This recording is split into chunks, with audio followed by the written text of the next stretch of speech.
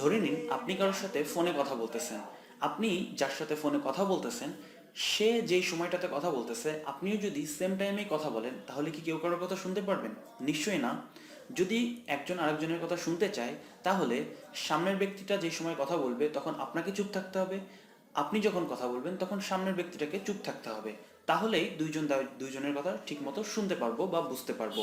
ঠিক তেমনি ইলেকট্রিক্যাল সিস্টেমেও এমন এমন কাজ আছে যেখানে দুইটি ডিভাইসকে অপারেট করে কাজ করা হয়।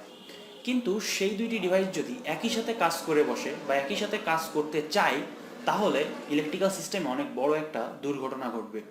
এবং সেই কাজটি যাতে না হয়, অর্থাৎ দুইটা ডিভাইস যাতে একসাথে অপারেট করতে না পারে, এই জন্য যেই সিস্টেমটা ডেভেলপ করা হয় এটাকে বলা হয় ইন্টারলকিং সিস্টেম।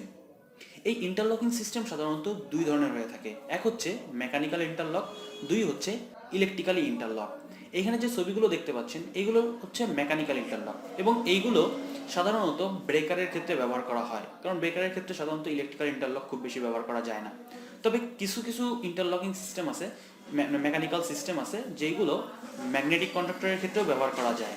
তবে এই অনেক ক্ষেত্রে এই ধরনের মেকানিক্যাল ইন্টারলক ব্যবহার না করে ইলেকট্রিক্যাল ইন্টারলক ব্যবহার করা হয়।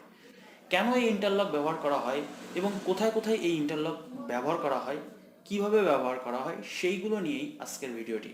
সো হ্যালো বন্ধুরা, আমি অমিত আপনাদের সকলকে স্বাগতম জানাচ্ছি ট্রিপল লাভার পরিবারের আরও একটি নতুন এবং এক্সাইটিং ভিডিওতে।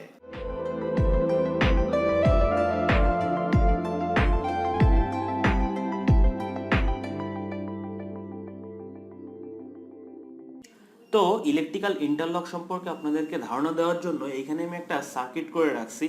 এই সার্কিটটা কাজ করবে কিভাবে, আমি যদি এই ব্রেকারটা অন করি তাহলে এই দুইটা ম্যাগনেটিক কন্ডাক্টরকে অন করার জন্য দুইটা পুশ সুইচ রাখা হয়েছে এবং দুইটা পুশ সুইচের সাহায্যে এই দুইটা ম্যাগনেটিক কন্ডাক্টর অন হবে।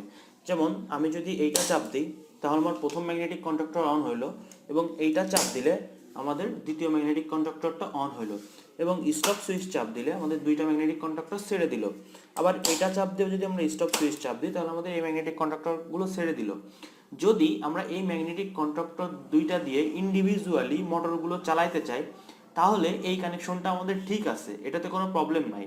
কিন্তু যদি রিভার্স ফরওয়ার্ড হয় বা যদি চেঞ্জ ওভার সুইচের মতো কাজ করাইতে চাই, অর্থাৎ লোড একটি কিন্তু সোর্স দুইটা, সেই ক্ষেত্রে কিন্তু আমাদের এই ধরনের কানেকশন করলে হবে না। কারণ এই ধরনের কানেকশনে আমরা দেখতে পেলাম যে দুইটা সুইচের মাধ্যমে দুইটা অন হচ্ছে ঠিকই, কিন্তু কোনোটা অন হইলে আর একটা যে অফ থাকবে সেরকম কিন্তু হচ্ছে না। তো সেই কাজটাই হচ্ছে মূলত ইন্টারলক এবং সেইটাকে করার জন্য আমাদেরকে কানেকশনটা একটু অন্যরকম করতে হবে।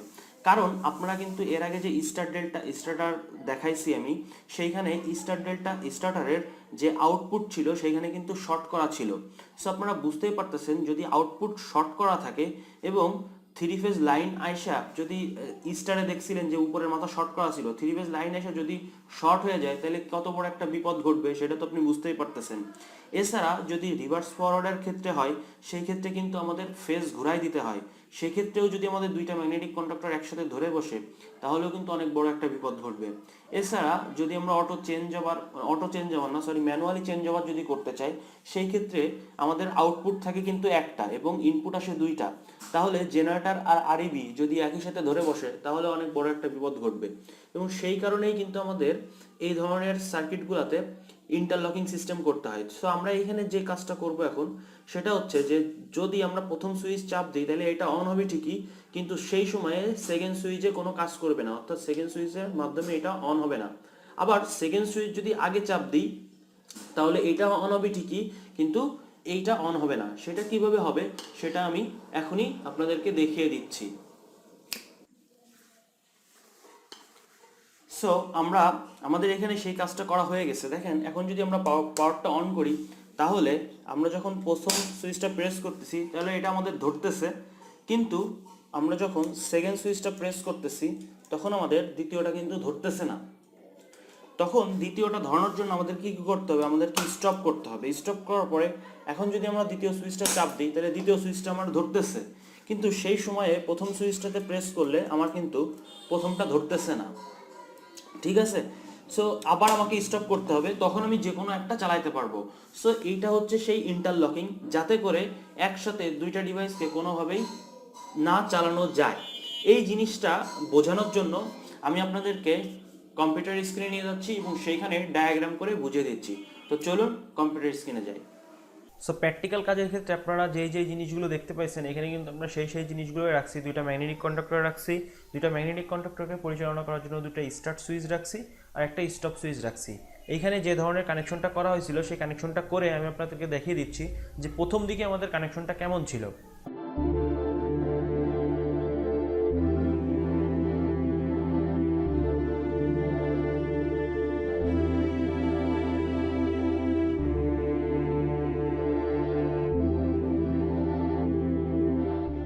সো ওইখানে কানেকশনটা ছিল হচ্ছে যে আমাদের মেন কন্ট্রোলিং ফেসটা এসে স্টপ সুইচে ঢুকছিল এবং স্টপ সুইচ থেকে আমাদের স্টার্ট সুইচ চলে গেছিলো এবং স্টার্ট সুইচের এই পাওয়ারটাকে আমরা শর্ট করে দিছিলাম যাতে দুইটা স্টার্ট সুইচে আমাদের পাওয়ারটা যায়। তারপরে প্রথম স্টার্ট সুইচ থেকে আমরা প্রথম ম্যাগনেটিক কন্ডাক্টরের A1 পাওয়ার দিয়ে দিয়েছিলাম এবং দ্বিতীয় সুইচ থেকে আমাদের দ্বিতীয় ম্যাগনেটিক কন্ডাক্টরের A1 পাওয়ার দিয়ে দিয়েছিলাম। আর স্টপ সুইচের এই প্রান্ত থেকে আমরা যেই বাইপাস কানেকশনটা করতে হবে সেই বাইপাস কানেকশনটা করার জন্য আমরা এনোতে নিয়ে গেছি, তারপরে এই দিক দিয়ে বাইপাস কানেকশন করে দিছিলাম এবং দ্বিতীয় ম্যাগনেটিক কন্ডাক্টরে এর সাথে শর্ট করে দিয়ে আমরা এই এনো দিয়ে আমরা বাইপাসটা করে দিছিলাম। অ্যাকচুয়ালি যেটা করা ছিল সেটা হচ্ছে যে এই দুইটা স্টার্ট সুইচ দিয়ে দুইটাকে ডল স্টার্টার বানানো ছিল, টোটালি ডল স্টার্টারের মতো কাজ করবে। তো এই জিনিসটা হচ্ছে আমি আপনাদেরকে প্রথমে দেখাইছিলাম। এই অবস্থায় কি হবে যে আমি এই সুইচটা যখন চাপ দিব তখন আমার প্রথম ম্যাগনেটিক কন্ডাক্টরটা অন হবে এবং উপরের যে সুইচটা আছে এই সুইচটা যখন আমি চাপ দিব তখন আমার দ্বিতীয় ম্যাগনেটিক কন্ডাক্টরটা অন হবে। কিন্তু আমরা পরে যে কাজটা করেছিলাম যে প্রথম ম্যাগনেটিক কন্ডাক্টর অন হলে দ্বিতীয় ম্যাগনেটিক কন্ডাক্টর অন হবে না, আর দ্বিতীয় ম্যাগনেটিক কন্ডাক্টর অন হলে প্রথম ম্যাগনেটিক কন্ডাক্টর অন হবে না। সেইটার জন্য আমাদেরকে কি করতে হবে সেটা আমি আপনাদেরকে এখন দেখিয়ে দিচ্ছি। তবে তার আগে আপনি এই জিনিসটা একটু ভালো করে লক্ষ্য করুন যে এইখানে আমরা কি করেছিলাম। জাস্ট একটা তার যদি আমরা ঘুরাই দিই তাহলেই আমাদের কাজটা কমপ্লিট হয়ে যাবে। সো কি সেই তার বা কোনটা আমরা ঘুরাবো সেটাই জাস্ট একটু লক্ষ্য করবেন। সো আমি দেখিয়ে দিচ্ছি পুরো কাজটা।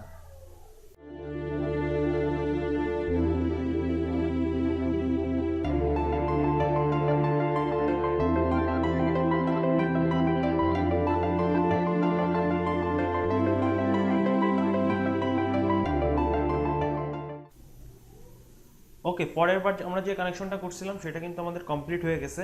তো পরের বার আমরা কি করছিলাম দেখেন, প্রথমবার আমরা এই যে আমাদের স্টার্ট সুইচের যে পাওয়ারটা ছিল সেটা কিন্তু আমরা ডিরেক্টলি A1 দিয়ে দিছিলাম।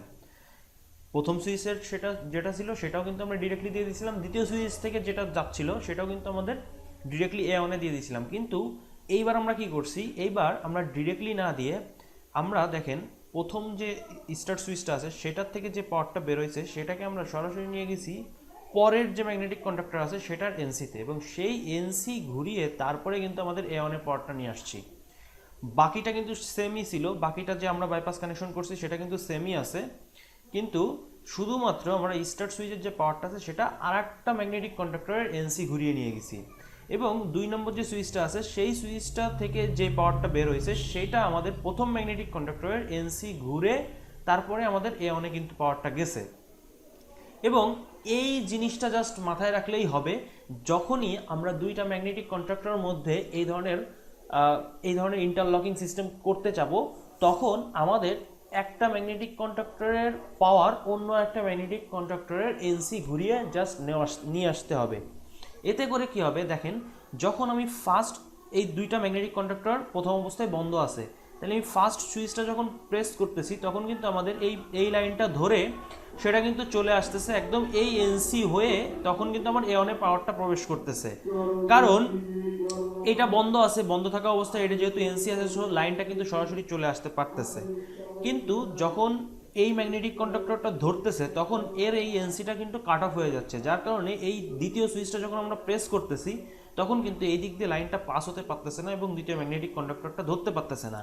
সিমিলারলি আমরা যখন এটা স্টপ করতেছি, স্টপ করলে আবার আমাদের দুইটাই এনসি পজিশনে চলে আসতেছে। সো আমরা দ্বিতীয় ম্যাগনেটিক কন্ডাক্টরটার সুইচ যখন প্রেস করতেছি তখন আমাদের এই দিক দিয়ে লাইনটা এসে প্রথম ম্যাগনেটিক কন্ডাক্টরের এনসি যেহেতু আছে, মানে যেহেতু স্টপ অবস্থায় ছিল তাই এনসি আছে, সো এদিক দিয়ে ঘুরে আমাদের দ্বিতীয় ম্যাগনেটিক কন্ডাক্টরটা ধরতেছে।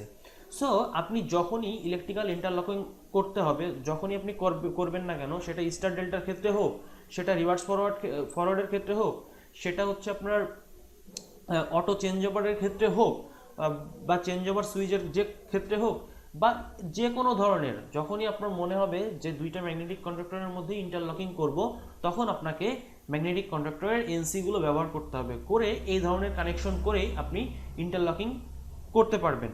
সো আশা করছি যে এই ভিডিও থেকে আমি আপনাদেরকে বোঝাতে পারছি যে ইন্টারলকিংয়ের গুরুত্বটা কী, ইন্টারলকিংটা কীভাবে করা হয়, কেন করা হয়, কোথায় দরকার, এবং ইলেকট্রিক্যালি ইন্টারলক কীভাবে করা হয়। সো ভিডিওটি যদি ভালো লেগে থাকে তাহলে অবশ্যই লাইক দেবেন, কমেন্ট করে আপনার মূল্যবান বক্তব্য আমার কাছে পৌঁছাতে ভুলবেন না, আর এই ভিডিওটি শেয়ার করে তাদের কাছ পর্যন্ত পৌঁছে দেবেন যারা এই ধরনের কাজ শিখতে চায়। এছাড়া এর পরবর্তীতে আমাদের আরও বিভিন্ন ধরনের ভিডিও আসতে চলেছে, reverse forward, auto change over, auto reverse forward, সকল ধরনের ভিডিও আসতে চলেছে। সো আপনি যদি এই ধরনের ভিডিও লাইক করে থাকেন তাহলে অবশ্যই সাবস্ক্রাইব করে পাশে আসা বেল আইকনটিতে চাপ দিয়ে নোটিফিকেশন অল করে রাখবেন। ডিসক্রিপশন বক্সে আমাদের গ্রুপের লিঙ্ক এবং ফেসবুক পেজ, ইনস্টাগ্রাম সকল লিঙ্ক দেওয়া আছে, সেখান থেকে আপনি আমাদেরকে ফলো করতে পারেন। সো দেখা হচ্ছে নেক্সট টিউটোরিয়ালে, সেই পর্যন্ত ভালো থাকবেন, সুস্থ থাকবেন, সাবধানে থাকবেন। Good bye.